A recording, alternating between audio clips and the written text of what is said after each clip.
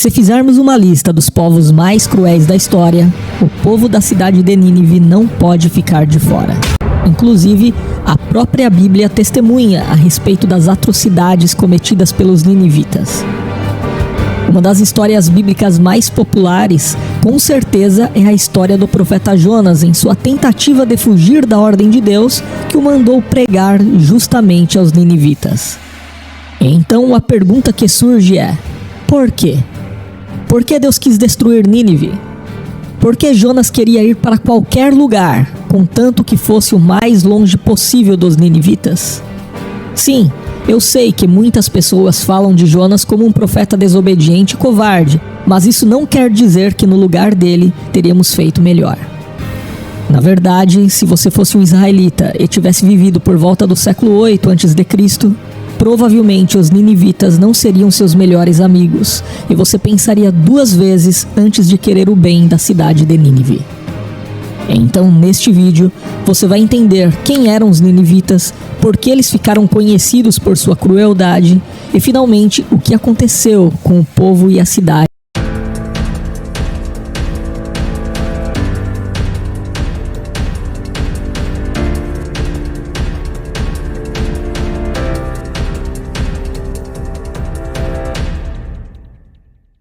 Como o próprio nome deixa claro, os ninivitas eram os habitantes da cidade de Nínive, uma cidade assíria que ficava nas proximidades do rio Tigre.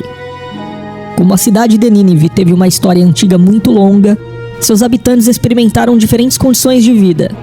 Mas em seu auge, é certo que os ninivitas moravam numa cidade grande e importante da antiguidade. Inclusive, com o reinado do rei Senaqueribe, Nínive foi feita a capital da Síria.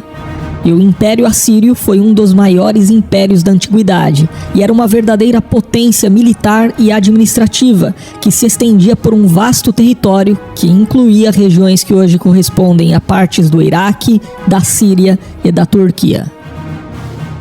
Na posição de capital do Império Assírio, a cidade de Nínive também foi um importante centro cultural, artístico e religioso. O próprio livro do profeta Jonas também destaca a grandeza daquele lugar e registra o quão numerosos eram os ninivitas. Logo na introdução desse livro, no capítulo 1 e versículo 2, a cidade de Nínive é designada como uma grande cidade. Portanto, principalmente a partir do século 8 a.C., os ninivitas foram cidadãos de uma verdadeira metrópole de sua época. Eles viviam num centro religioso e administrativo que contava com um forte comércio. E por causa dos lendários governantes que passaram por ali, os ninivitas estavam habituados a ver grandes palácios e construções em sua cidade.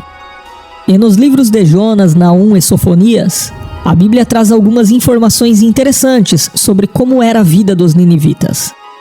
O sítio arqueológico na região da antiga Nínive e escritos antigos também fornecem detalhes importantes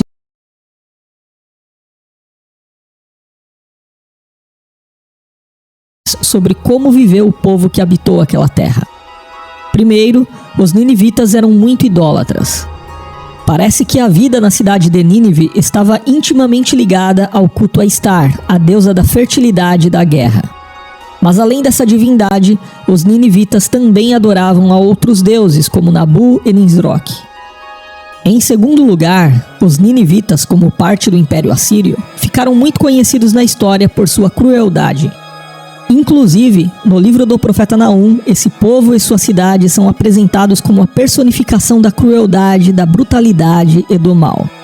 Através de Naum, o Senhor falou de Nínive como uma cidade sanguinária, cruel, um centro de mentiras e de violência, um lugar onde não faltavam crimes. E de fato, as atrocidades cometidas pelos assírios em suas ofensivas mostram que eles estavam entre os povos mais brutais da antiguidade. De acordo com registros históricos, os ninivitas se orgulhavam de executar suas vítimas para depois expor seus corpos destroçados publicamente.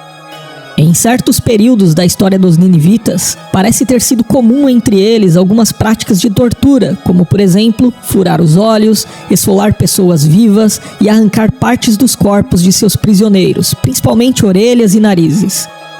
E além da violência física, parece que a injustiça social também era outra marca dos ninivitas.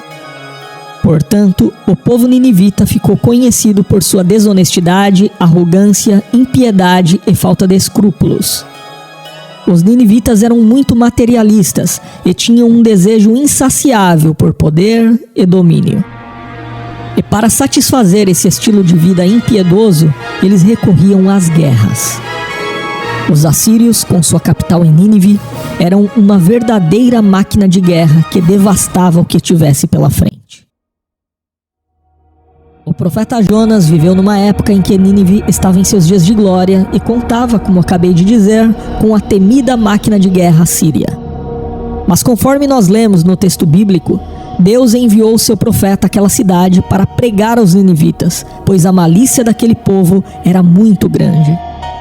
O profeta Jonas, como sabemos, foi relutante em cumprir sua missão. A verdade é que ele sabia que a mensagem do juízo divino sobre os ninivitas também dava a oportunidade para aquele povo iníquo se arrepender. E para alguém que era parte de um povo que vivia sob constante ameaça dos assírios, Jonas queria mais era que os ninivitas fossem destruídos.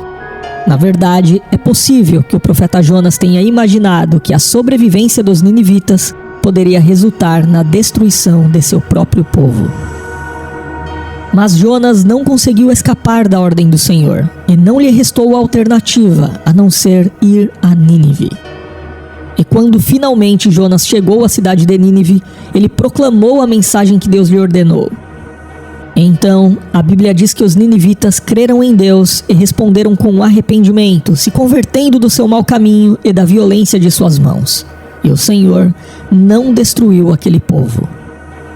Nesse ponto, a experiência dos ninivitas foi uma prova de que a graça de Deus pode alcançar a pior das pessoas. Acontece que o Senhor é soberano e estende a sua misericórdia a quem Ele quer.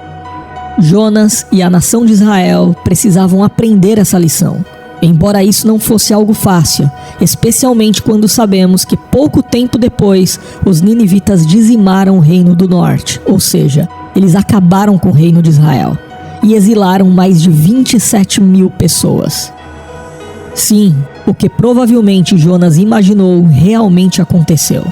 Mas Deus tem os seus desígnios e ao homem resta apenas descansar em sua providência.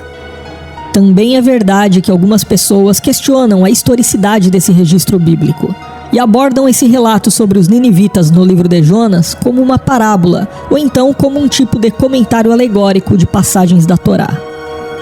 Contudo, o próprio Senhor Jesus Cristo testificou sobre o arrependimento dos ninivitas contemporâneos de Jonas, o que significa que o relato envolvendo Jonas e a cidade de Nínive, de fato, é um registro histórico e profético.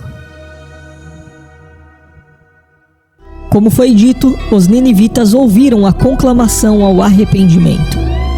Mas a geração que se arrependeu de sua maldade nos dias de Jonas passou, e tão logo os ninivitas estavam novamente no caminho do erro e da impiedade.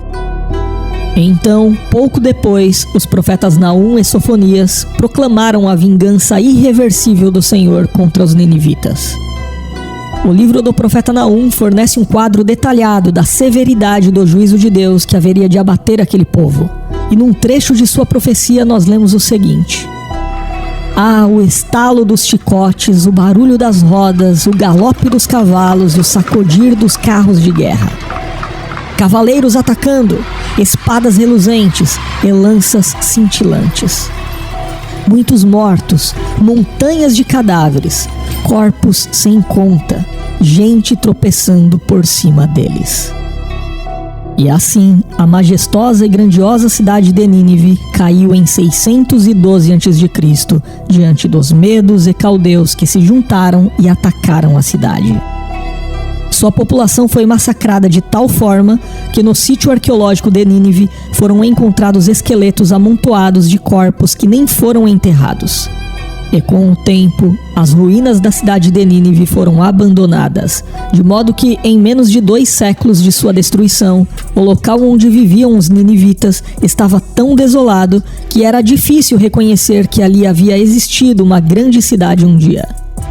Na verdade, aconteceu exatamente o que o profeta Sofonias anunciou que Deus faria com os ninivitas e sua cidade. Ele estenderá a mão contra o norte e destruirá a Síria, deixando Nínive totalmente em ruínas, tão seca como o deserto. No meio dela se deitarão rebanhos e todo tipo de animais selvagens. Até a coruja do deserto e o corvo se empoleirarão no topo de suas colunas. Seus gritos ecoarão pelas janelas. Haverá entulho nas entradas, e as vigas de cedro ficarão expostas. Essa é a cidade que exultava, vivendo despreocupada, e dizia para si mesma: eu e mais ninguém. Que ruínas sobraram, uma toca de animais selvagens. Todos os que passam por ela zombam e sacodem os punhos. Agora eu quero saber se você já conhecia a história dos ninivitas. Conte aqui nos comentários. E claro, se